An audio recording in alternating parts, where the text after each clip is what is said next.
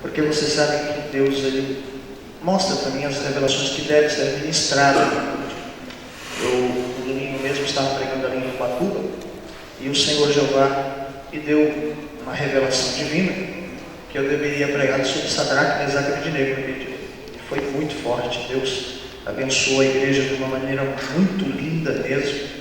Porém, eu aprendi uma coisa, que é melhor andar mesmo na direção do Espírito Santo, para que Deus possa tomar a nossa vida e nos usar da maneira que Ele achar melhor. Quando às vezes eu quero fazer algo de mim mesmo, realmente acabo pagando um preço.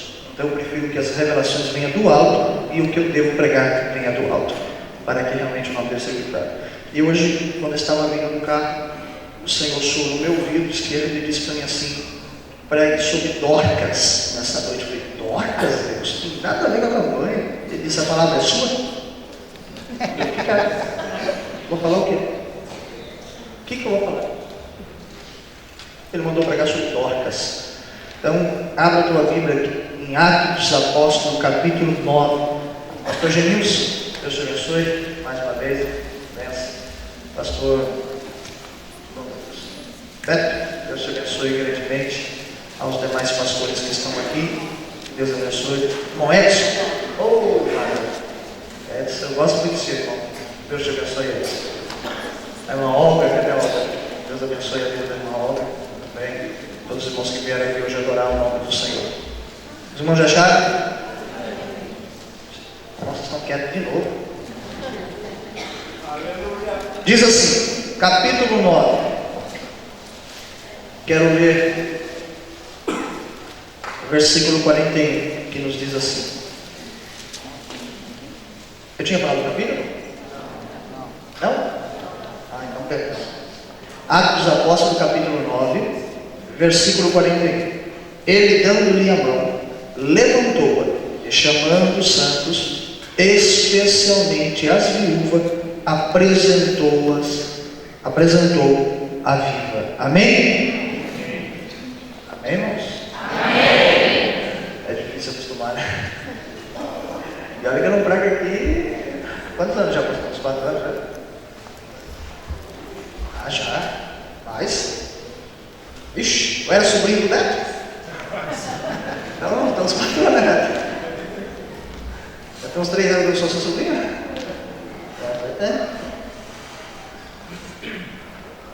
Meu irmão, o povo questiona muito a questão de revelações, né? Eu, desde os 12 anos de idade, eu sou questionado pelos dons. O povo acha que você pega na internet, outros acham que você acessa o Facebook. Realmente, o Facebook ele é meu, né? Quem tem que acessar sou eu, né? Mas muitos pensam que você manda alguns espião na igreja antes, para marcar o nome do povo, aí depois você joga lá no culto. Muitas pessoas pensam nisso. Mas sabe o que vem há muito tempo me deixando a minha cabeça, às vezes com uma interrogação? Se uma pessoa arma uma revelação, então por que ela cumpre? Se ela começou errado, por que ela cumpre? Porque nesses tantos anos, desde criança, desde a idade do meu sobrinho, ele está com 14, eu desde os 12, porque até hoje o Senhor tem velado pela sua palavra. Se ela fosse montada, não seria a palavra dele, seria a minha. Entende? Querido, existem falsos profetas na terra. Existem enganadores. Eles são conhecidos pelos seus frutos. E um dos frutos é o maldito dinheiro. Os falsos profetas querem o seu dinheiro. E o verdadeiro não quer nem sentir o cheiro do seu dinheiro. Ele só sente o cheiro da sua alma para prepará-la para o arrebatamento. Eu tenho muitas pessoas que Deus usa, cumpre muito rápido. Outras vai demorar o tempo, porque o tempo não é meu, o tempo é divino. E quando eu estava vindo para cá, estava muito feliz, porque ligou um pastor presidente da Assembleia de Deus Belém de Sorocaba. Hoje é considerado o maior campo do Belém. Tem mais de 600 igrejas esse homem. igreja gigantesca em Sorocaba. E ele disse assim: filho, estou te ligando para te convidar, porque o ano passado você veio na nossa igreja, entregou uma revelação para um casal, você entregou o nome da moça, você falou que o nome dela era Rosilene, e que ela ia dar um presente para o marido dela, e que esse presente ia sair daqui. Você foi detonado na igreja sem você saber. Eu falei: por quê? Porque o marido dela tinha feito vasectomia.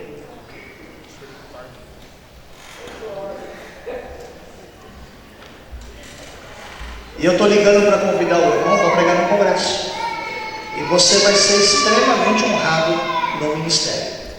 Eu dei ordem numa reunião que todo o campo que é ligado ao meu campo, em todo o país e fora do Brasil, que entre em contato com você e te abre as portas para você pregar em todas as nossas igrejas. Eu falei: por quê? Porque essa mulher tem a criança no colo hoje.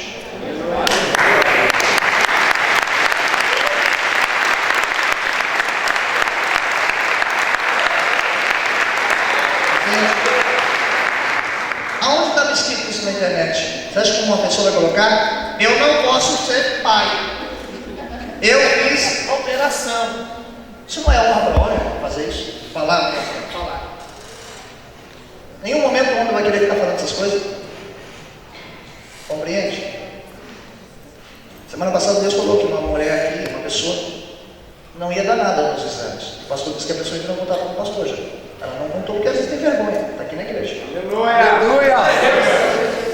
Querido, entenda uma coisa, tudo é um tempo. Ah, pastor, mas você me entregou uma profecia em 2011 e ainda não cumpriu. Você não está viva? Vai cumprir então. Não passa. Tudo é um tempo, irmão. Me entregaram uma profecia para mim que Deus ia me dar um carro por aqueles dias. Demorou 7 anos para comprar. Sabe o que Deus falou para mim? Os seus dias não são meus.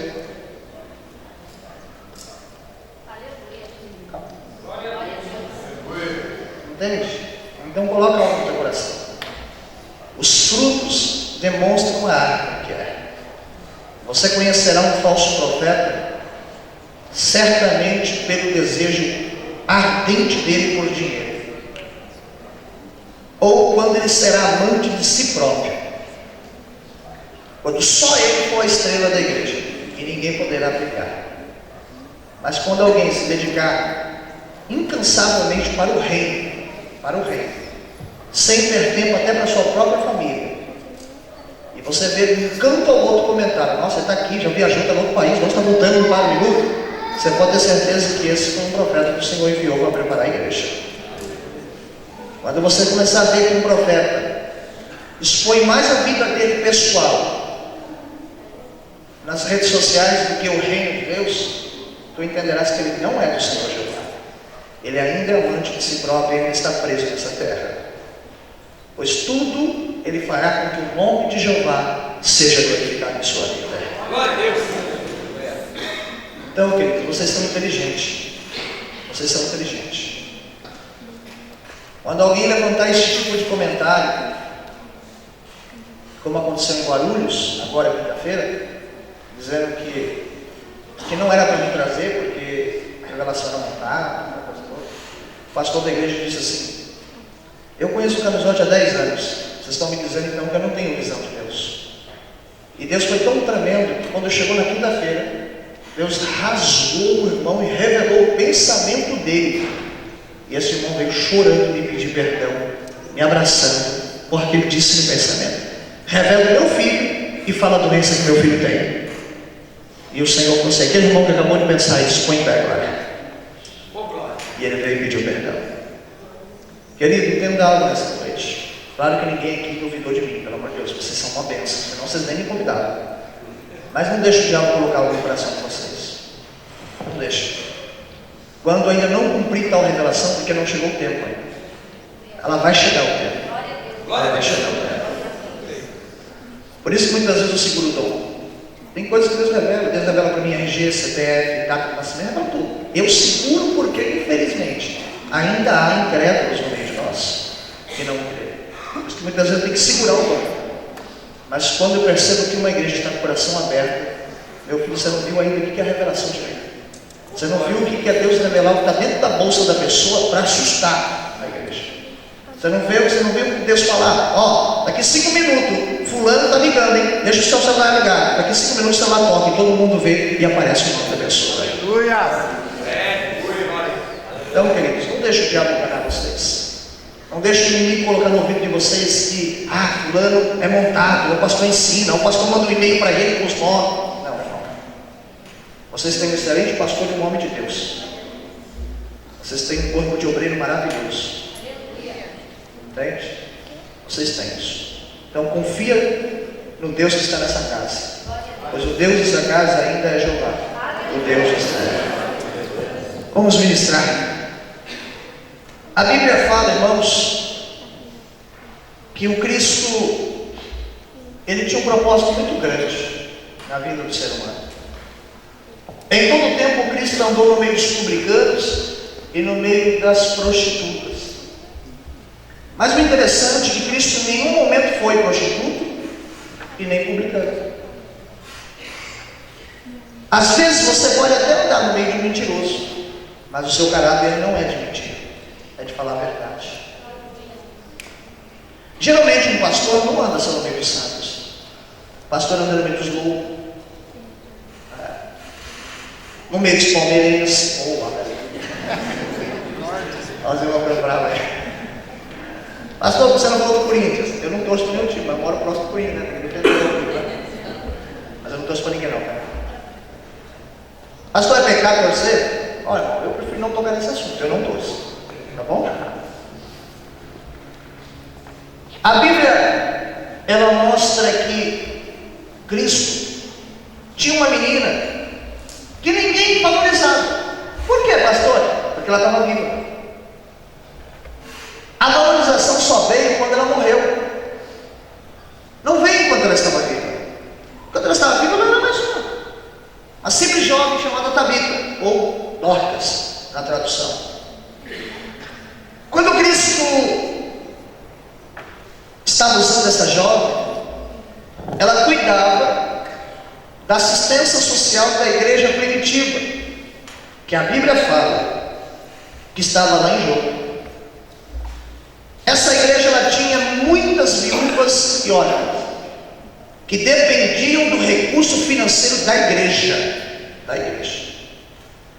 A Bíblia diz que quando uma mulher fica viúva do seu esposo, tendo ela um filho em fase que pode trabalhar, o templo não tem obrigação de abençoar essa mulher, porque o filho terá a obrigação de cuidar da sua mãe. Mas tendo ela sendo viúva e não tendo filhos, então a assistência social, tendo condições, deve sustentar esta mulher. Se tiver condições, irmão. Mas também ficar trazendo 20 anos na sua conta de luz, 20 anos na sua conta de água, que às vezes a irmã ficou viúva com 27 anos. 27 anos, filho, vixe, dá para ralar. Aí tem gente, sei lá, né? Nasceu com o som do seu Madruga, não quer nada na vida, né? Quer só viver de cesta básica. E Deus não dá vale refeição para ninguém não, filho. O VR de Deus é vale revolta. Vai trabalhar, meu servo, no suor do seu rosto tu comerá. Só que a Bíblia mostra que essas viúvas, elas eram mantidas pela igreja primitiva que estava em jogo, porque elas não tinham recurso financeiro. E quando elas tinham, elas ofertavam a casa do Senhor.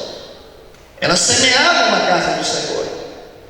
E uma das melhores sementes que o ser humano pode dar é o seu tempo para a casa do Senhor. Sabe quando você pega o teu domingo, você fala, pastor, eu quero ajudar a limpar a igreja. Você deu 2 horas para Deus. Você não sabe que Deus está preparando lá na frente para você. Você não sabe que o Senhor está colocando nas suas mãos.